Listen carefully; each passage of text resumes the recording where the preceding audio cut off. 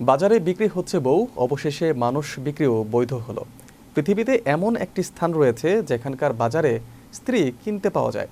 আজও সেখানকার পুরুষেরা বিয়ের জন্য বাজার থেকে পছন্দের স্ত্রীকে কিনে আনেন।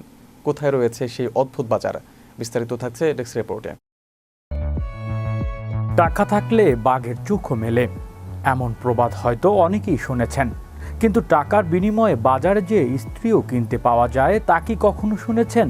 পৃথিবীতে এমন একটি স্থান রয়েছে যেখানকার বাজারে স্ত্রী কিনতে পাওয়া যায়। আজও সেখানকার পুরুষেরা বিয়ের জন্য বাজার থেকে পছন্দের স্ত্রীকে কিনে আনেন।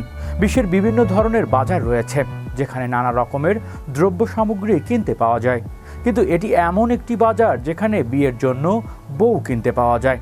আর সেই উদ্ভট বাজারটি বসে বুলগেরিয়ায়, যেখানকার আইনে এটা একেবারেই বৈধ।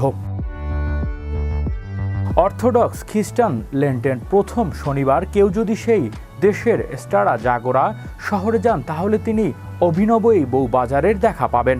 গোটা শহরে আনন্দ আর ব্যস্ততায় মুখর হয়ে ওঠে। সুন্দর সাজসজ্জা আর গহনায় সজ্জিত হয়ে বাজারে আসেন সম্ভাব্য কনেরা। হাই হিল জুতো এবং মিনি স্কার্ট পরে মোহনীয় আবেদনে তারা আকৃষ্ট করেন পুরুষদের। মূলত সেখানকার দারিদ্র পরিবারগুলো এভাবেই মেয়েদের বিয়ে দিয়ে থাকে। আবার এটা কালাইজ দেহি সম্প্রদায়ের সংস্কৃতির একটি প্রথাও বটে। এই সম্প্রদায়ের মানুষগুলো মূলত তামার কাজ করে। নিজেদের বিশ্বাস এবং প্রথার কারণে এই সম্প্রদায়ের মানুষেরা সংবাদের শিরোনামে উঠে এসেছে। এই বাজারে নানা ধরনের মানুষ এসে জড়ো হয়ে নাচে গানে মাতেন। গল্প আড্ডার ফাঁকে পানাহারও চলে।